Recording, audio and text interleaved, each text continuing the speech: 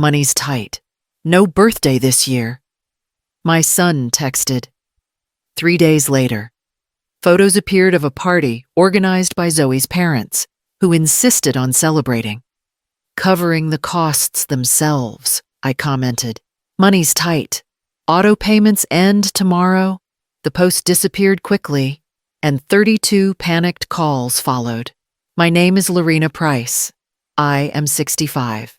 That morning, I had been folding towels when my phone buzzed on the counter. I didn't expect anything important.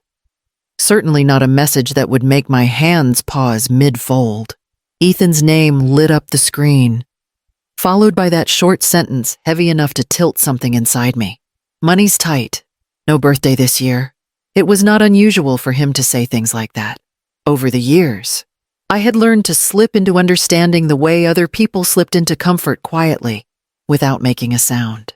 I sat down, reading the message again, then typed the same reply I had written far too many times. No problem. I understand. I tried to let the words settle, but they didn't.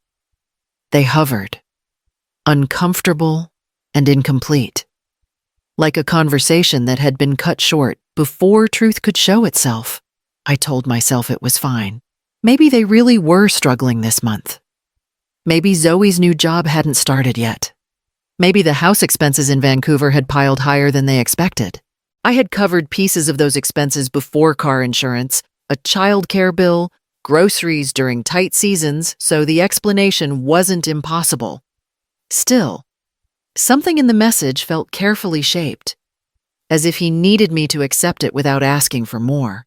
By the afternoon, I found myself staring at the text again, the way a person might look at a door that had always been open, only to find it quietly pushed shut. I set the phone down and breathed out slowly. Whatever this was, it was the beginning of something I could feel, but not yet name. And the history behind that feeling would surface soon enough. I didn't plan on checking my bank app that night, but habit pulled me there the way muscle memory pulls a hand toward a light switch. The moment the screen opened, the old familiar numbers stared back automatic transfers. Scheduled drafts, a quiet map of the way my life had bent around Ethan's. It started years ago, after he married Zoe. He had called me one evening, voice low, asking if I could spot him for the car insurance. Just this once. Mom, he'd said. I remember answering without hesitation. Of course, tell me the amount. I didn't even blink when he said it was nearly $300, but once turned into twice. Twice turned into a pattern. By the following spring, I was covering the internet bill, groceries, then a childcare fee they seemed embarrassed to ask openly. Worried about what Zoe's parents might think, each time he asked, he sounded smaller, embarrassed, like he was chewing through his own pride to speak the words. I kept telling him, "Don't worry, I'm here," and he let me be. One afternoon years later, Zoe had stopped by my house to drop off a box of old books. She stood in the doorway, arms crossed tightly. "Ethan said you covered the electric bill again," she said. I didn't mind. I answered. She didn't smile. "We'll pay you back someday." There was a tone in her voice, half gratitude, half irritation, as if my support was both needed and inconvenient. That was the first time I sensed the unspoken tension between what Ethan asked for and what Zoe believed they should handle on their own. Then came the month Ethan called after work, voice shaking. "Mom, they're threatening late fees on the house. I don't know what to do. How much I asked? Almost $700, he whispered. I paid it before he finished the sentence. Over the years, the requests followed a pattern, always polite, often hesitant. "Mom, could you help just this month, Mom? Things are tight." Each time, they framed it as temporary, so I believed them. "Mom, I promise we'll catch up." And somewhere along the way, the asking stopped. The payments continued. The expectation settled in like a chair that had been moved to the same spot for too long. It wasn't spoken aloud. It didn't have to be. And after Ethan's birthday message, I finally felt the weight of what I'd allowed to become normal. What waited beneath that silence was already beginning to surface. I opened my phone that evening, intending to answer a message from a coworker. Instead, the app refreshed on its own, and Ethan's name appeared at the top of my feed, tagged in a post from Zoe's sister. The picture loaded in pieces, like it wanted to give me a chance to look away. I didn't.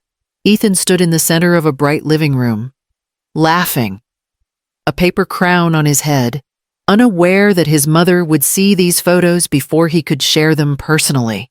Balloons hung behind him, a cake with sparklers burned on the table.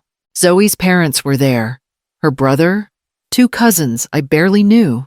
Someone shouted in the background of the video clip attached, "Best birthday ever." My thumb froze. 3 days ago, Ethan said there'd be no birthday. 3 days ago, he told me money was tight. 3 days ago, I swallowed it without question. A notification popped up, another photo.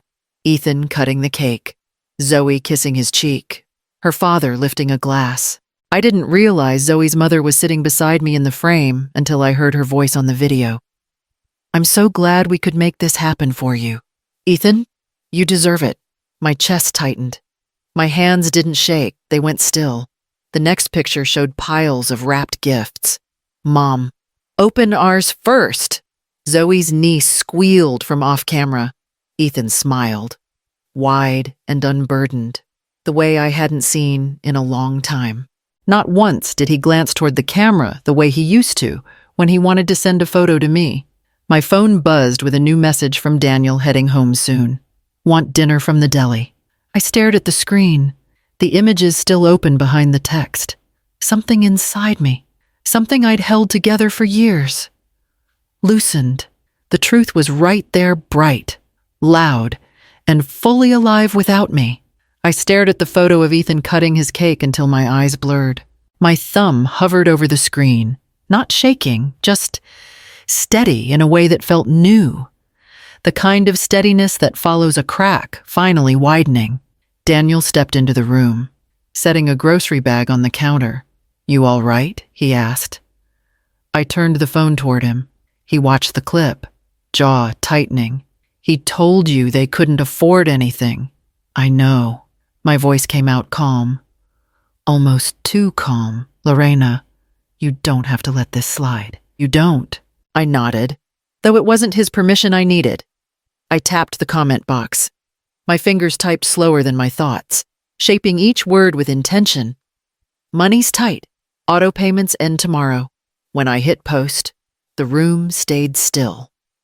The comment quietly added beneath the picture. I knew it would stir reactions soon enough, though not instantly, but it felt like placing a stone in the exact spot where everything had once tilted. Less than a minute later, the notification stopped. Another refresh. The post vanished. Daniel glanced at my screen.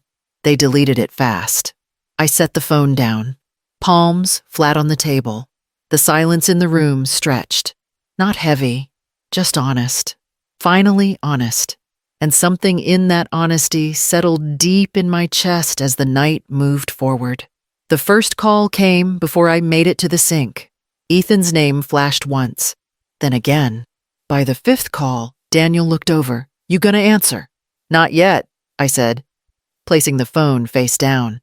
It buzzed again, longer this time. Then it stopped. Then started. A rhythm of panic. When I finally turned it over, the screen was filled with notifications. Calls came in waves, 10 missed calls, then more, a mix of texts and calls from multiple numbers. By the time I checked, there were over 30 notifications. A new one came in from Zoe. I picked up. "Lorena," she blurted before I could breathe. "What did you comment on Ethan's post?" "What everyone already knew," I said. Her tone sharpened. "You embarrassed him. You embarrassed all of us." Daniel lifted his brows at the word embarrassed. He moved closer but didn't speak. I kept my voice steady. I stated the truth.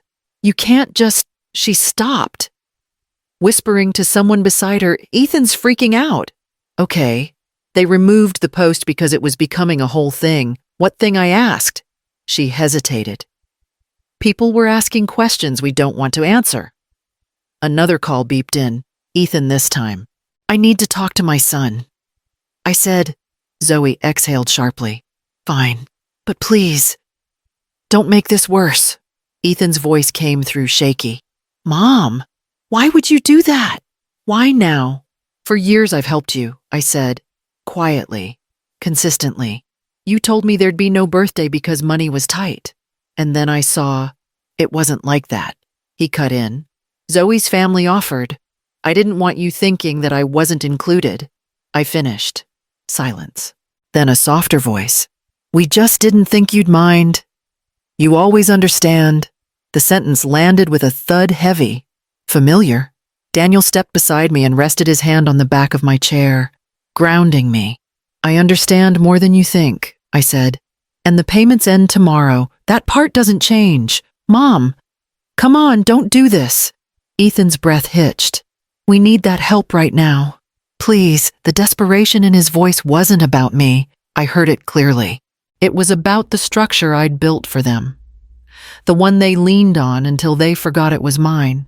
The line went quiet, except for his uneven breathing, waiting for me to bend the way I always had, but I didn't. I stayed still, listening to the truth behind the fear pressing through the speaker. Steady, in a way I hadn't been in years. By morning, my phone was vibrating again, but not from calls this time. Notifications stacked one after another, each one pulling my stomach tighter. Zoe had posted a long paragraph, polished and careful in the way people sound when they're performing kindness while sharpening a blade. Some people in the family don't realize how hard this year has been for us, she wrote. Ethan works so much, and we do everything we can for our home and our little girl. It's heartbreaking when someone chooses to humiliate you publicly instead of helping. My name wasn't there. It didn't have to be. The comments came fast. A mother shouldn't treat her son like that. That's toxic behavior. She's always been dramatic, ungrateful. Ungrateful. I read the word twice. Not because I didn't understand it, but because of how easily strangers had picked it up and thrown it like a stone. Daniel walked in holding his coffee. What happened now? I handed him the phone. He took a slow breath. She really posted this. She left out a few details. I said, You mean the part where you've been paying their bills for years? That part, I murmured. Another ping. A message from my cousin Teresa in California. I don't know what happened, but Zoe seems really hurt. Maybe call her and apologize. Apologize. I stared at the text, letting the words settle in a place inside me that no longer felt soft. I typed nothing. Instead, I opened Zoe's post again. My heart didn't race. My hands didn't shake. I just read each line slowly, letting it land exactly where it belonged. Then I took screenshots. All of them. Comments, replies, reactions. Every piece. Daniel watched me. You okay? I'm done pretending it doesn't hurt, I said. But I'm not reacting the way they want. He nodded once, like he'd been waiting to hear those words for years. My phone buzzed again, another comment. Someone else shaping a story they didn't know. I placed the phone face down. The truth was already moving inside me, clearer than any of their words. Steady in a way that didn't need defending. The part of me that used to rush to fix things stayed still. I sat at the kitchen table with my laptop open. The same table where I used to help Ethan with homework. The same table where I once told him he could always count on me.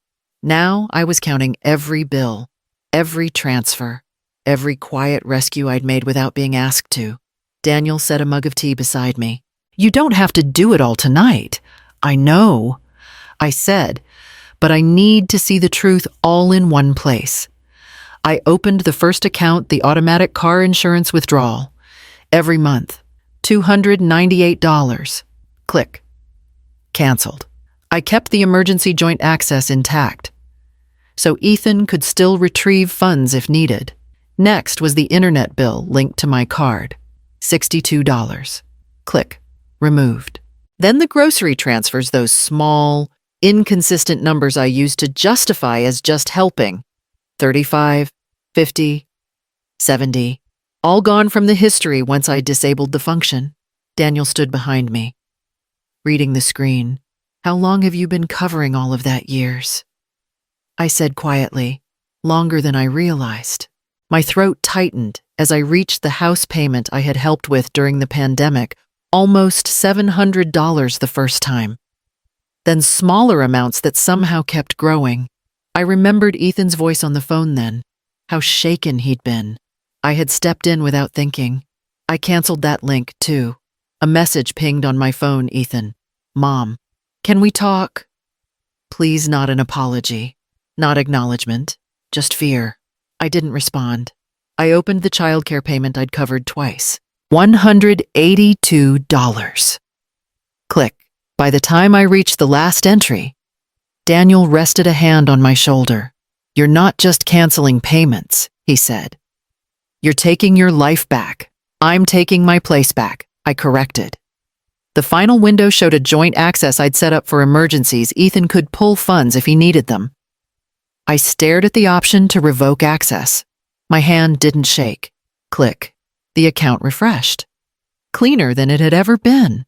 I closed the laptop, the weight in my chest loosening in a way I had never expected.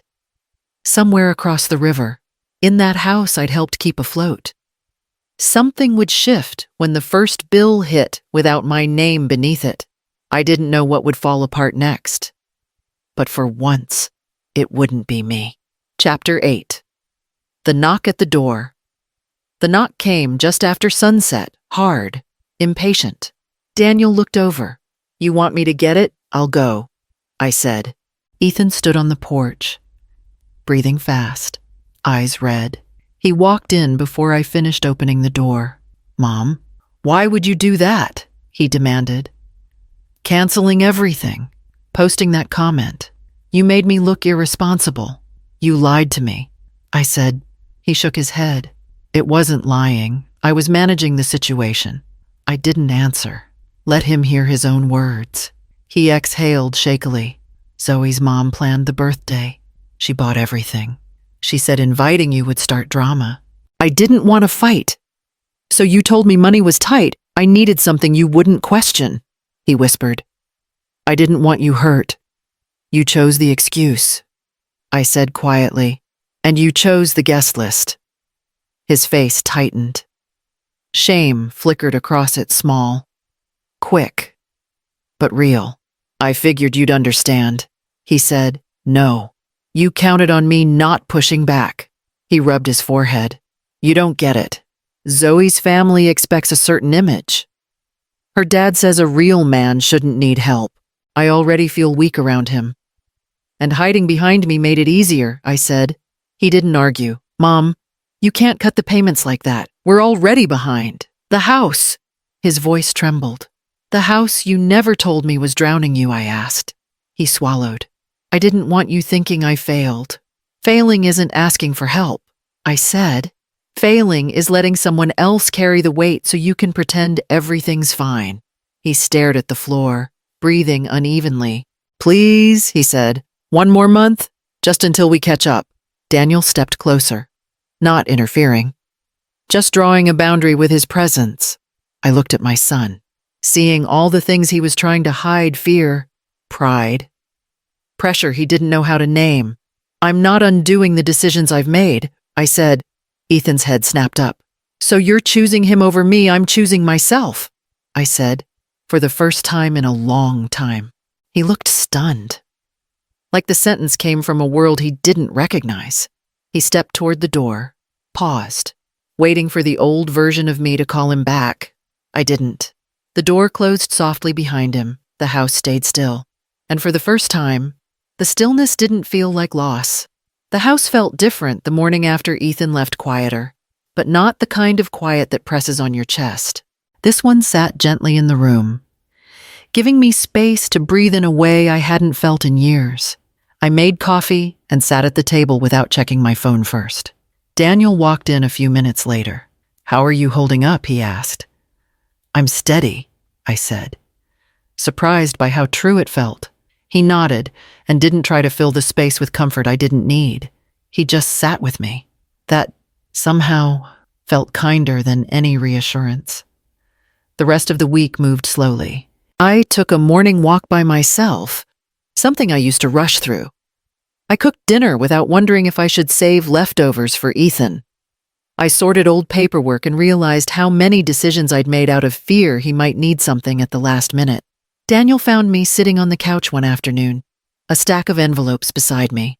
"You all right?" he asked. "I'm learning how to be," I said. He sat beside me, resting his hand over mine. "That's enough." For the first time in a long while, the quiet didn't wait for the next crisis. It simply stayed, soft and uncomplicated, letting its calm take root as the day carried on. My 66th birthday arrived quietly. No texts to check. No anticipation, just me and Daniel. It felt like a gift, even though Ethan and Zoe were elsewhere. Unaware, I had decided to celebrate myself first. No tense waiting for texts. No pretending I wasn't disappointed. No wondering if Ethan would remember. I brewed my own coffee, set one small candle in a slice of cake I bought the night before, and sat at the table with the quiet humming softly around me. Daniel walked in with a smile. "Happy birthday, Lorena." "Thank you," I said. And this time the words didn't hide anything. They felt simple and true. He handed me a small envelope. No pressure to open it now. I did anyway. Inside was a handwritten note. "You deserve a day that feels like yours." I breathed out, slow and steady. "I do," I said. He touched my shoulder. "Any plans? I might take a walk. Maybe get lunch on Alberta Street." "Nothing complicated." "That sounds perfect." My phone buzzed once on the counter. A message from Ethan. "Happy birthday. Mom, I hope you're okay." I stared at it for a long moment, then placed the phone face down. No anger? No ache, just space. The kind of space that lets something new grow. Daniel watched me gently. "Whatever you choose next, it's yours." I nodded. And as I blew out the candle, I felt the quiet settle again, warm, steady, and finally, mine. If you want to hear how this journey unfolded and stayed with me long after this moment, like, comment, or subscribe for more.